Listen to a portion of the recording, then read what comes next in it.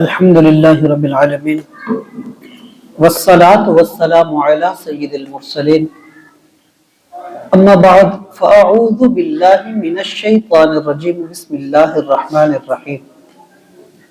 اللہ تعالیٰ کے فضل و کرم سے ہمارا یہ درس قرآن جاری و ساری ہے۔ انشاء اللہ تعالیٰ العزیز آج ہم سورہ النساء آیت نمبر 140 سے متعلق سننے کی سعادت حاصل کریں گے۔ سابقہ جو آیت گزری ہے اس میں بھی اللہ تعالیٰ نے جو ذکر فرمایا نا وہ یہ تھا کہ اللہ تعالیٰ نے کچھ لوگوں کے لیے جہنم کا حکم ارشاد فرمایا۔ وہ کون لوگ ہوں گے ان کی کچھ عادتوں کو بیان کیا، اور ان عادتوں میں سے جو چیز وضاحت کے ساتھ واضح تھی وہ یہ تھی کہ اللہ نے اس لیے ان کو جہنم میں ڈالا کہ یہ مومنین کو چھوڑ کے کفار کو اپنا دوست بناتے تھے، اور کفار کے ساتھ دوستی کا ان کا مقصد یہ ہوتا تھا کہ ان کی عزت بنے، حالانکہ عزت تو اللہ کے پاس ہے، جسے وہ چاہے عزت دے، جسے وہ چاہے ذلیل کر دے۔ یہ کفار سے دوستیاں کر کے عزت کیسے تلاش کر سکتے ہیں؟ تو اس سے مراد یہ تھا کہ انسان بحیثیت مسلم وہ مسلمانوں کو اپنا دوست بنائے، مسلمانوں کو مومنین کو اپنا رازدار بنائے، اور مومنین کے اندر جو مراتب ہیں، مقام، فضائل، وہ ہے تقوی کی بنیاد پہ۔ جو جتنا زیادہ متقی ہوگا وہ اتنا ہی زیادہ مخلص ہوگا، جو جتنا زیادہ متقی ہوگا وہ بندے کی دوستی کے لیے اتنا ہی زیادہ قابل ہوگا، اور اپنے راز، اپنے حال، اپنی باتیں، اپنے معاملات، اپنے مسائل، اپنی پریشانیاں آپ جتنے بڑے متقی کو بتائیں گے وہ اتنا ہی آپ کے لیے فائدہ مند ثابت ہوگا۔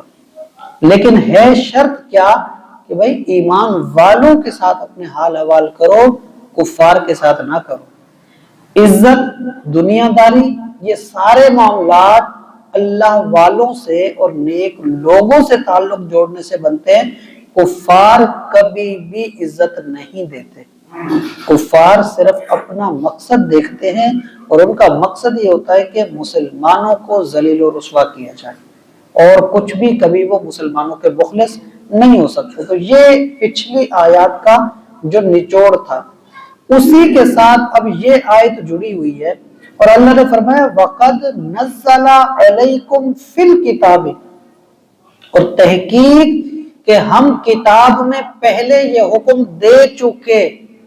اس سے مراد یہ ہے کہ یہ حکم سب تک پہنچ چکا ہے۔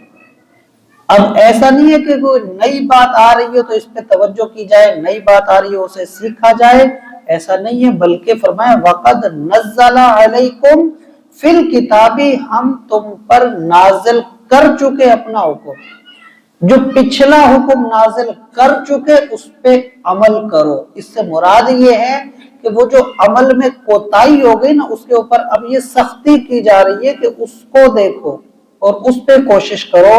تھا کیا سمجھایا اللہ نے جس پر مومنین کی توجہ نہیں گئی، یا جس میں کوئی کمی کوتاہی ہو گئی؟ تو بات یہ فرمایا ان اذا سمعتم، اللہ نے تمہیں یہ سمجھایا ہے کہ جب تم کہیں یہ سنو، کسی بھی مجلس میں بیٹھے ہو اور گفتگو چلے اور تمہارے کانوں میں آواز آئے، ان اذا سمعتم، جب تم یہ سماعت کرو، یہ سنو کہ آیات اللہ یکفر بہا ویستہزأ بہا، کہ اللہ کی آیتیں ہیں اور اللہ کی آیتوں کا انکار کیا جا رہا ہو یا ان کا مذاق اڑایا جا رہا ہو۔ دین، اس سے مراد کیا ہے؟ دین کے احکامات کا جہاں پر مذاق اڑایا جائے یا انکار کیا جائے۔ اور یہ آج کل اگر ہم دیکھیں